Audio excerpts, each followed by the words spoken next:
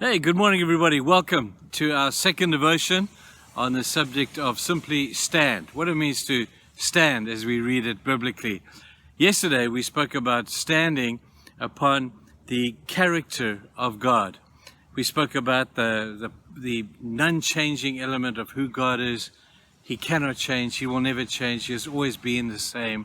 He is a God of justice, righteousness, holiness, and that all comes under the covering of His great love. That was the character of God. I want to talk today about some of the characteristics of God. All of these characteristics are obviously found within the character of God, but there are a few that are totally outstanding and kind of blow us away in our thinking.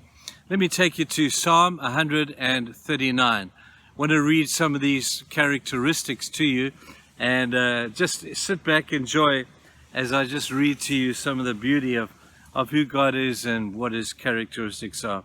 Psalm 139, written by David, beautiful psalm.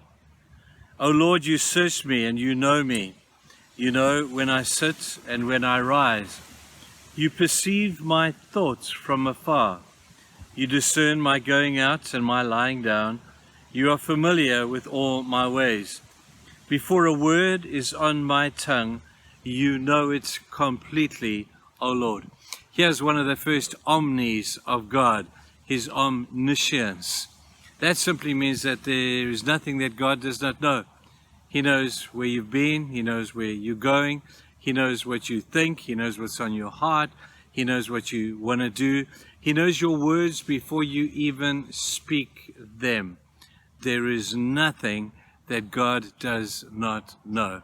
I also find this kind of applicable in the realm of prayer, because we tend to think when we pray that we've got to tell God a whole lot of stuff that God already knows.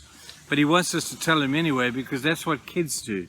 They will often come and they will tell their mom and dad and asking them for something that mom and dad already kind of know. But the beauty of asking is just declaring our dependence upon God. God knows it all, people. There's nothing He does not know. Let me continue reading. Then you read in verse 7, where can I go from your spirit? Where can I flee from your presence? If I go up to the heavens, you are there. If I make my bed in the depths, you are there. If I rise on the wings of the dawn, and if I settle on the far side of the sea, even there your hand will guide me. Your right hand will hold me fast. If I say, surely the darkness will hide me, and the light becomes not around me. Even the darkness will not be dark to you.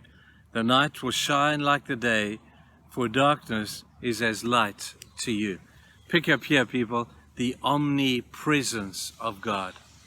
The omniscience of God says there's nothing that God does not know. The omnipresence of God says that there is nowhere where God is not.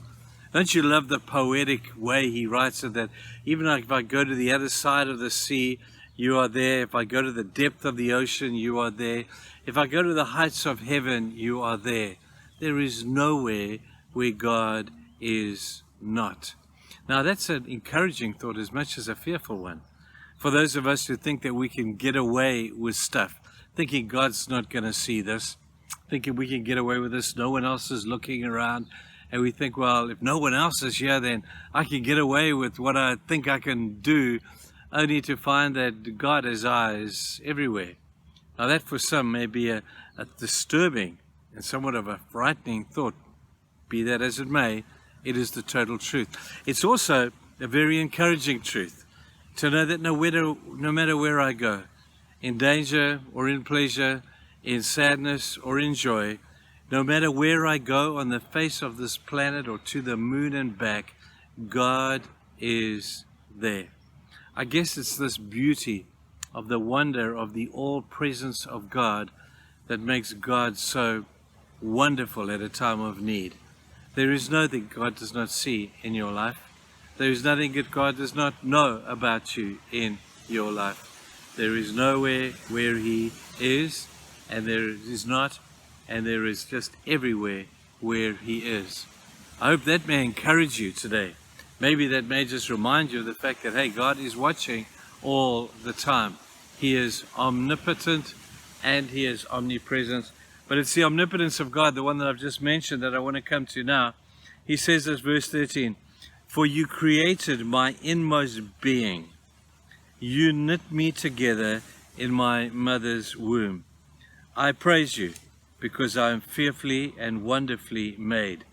Your works are wonderful, I know that full well. My frame was not hidden from you when I was made in the secret place.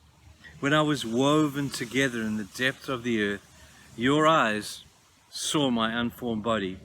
All the days ordained for me were written in your book before one of them came to be." God is a creator.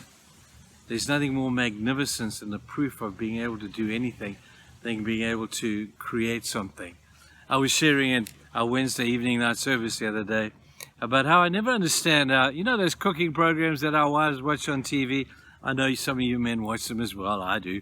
The guy who's cooking the dish will come before the judges and present a place and say, "I have created for you." And I'm thinking, pal, you've created nothing. You may have made something, but you have created nothing, because creation comes out of nothing. And there is only one who I know that can do that, and that quite obviously is God. He is the creator. He doesn't just make stuff like a cook in a kitchen. He creates stuff out of nothing. And creation is the most amazing picture of a God's ability and His omnipotence to do anything. That out of a word in His mouth, He says, "Let there be light," and there was light. Then He says, "Let the darkness flee and let the light shine, and let the continents come out, and let the water separate from the land, and let there be animals, and let there be stars in the sky, let there be a sun that shines." And God didn't make anything, He spoke it into being. There is nothing more powerful than being able to do that. So far, we read within the characteristics of God, the three big ones. There is nothing that God does not know. There is nowhere where God is not. And there is nothing, nothing, that God cannot do. Once you think about those beautiful characteristics of God, take them with you into your daily life. Think about them, ponder them as you drive your car, as you sit at your work desk. Think about the wonder, not just of the character of God, as great as that is, but the beauty of His characteristics as well. You have a fantastic day. Bye.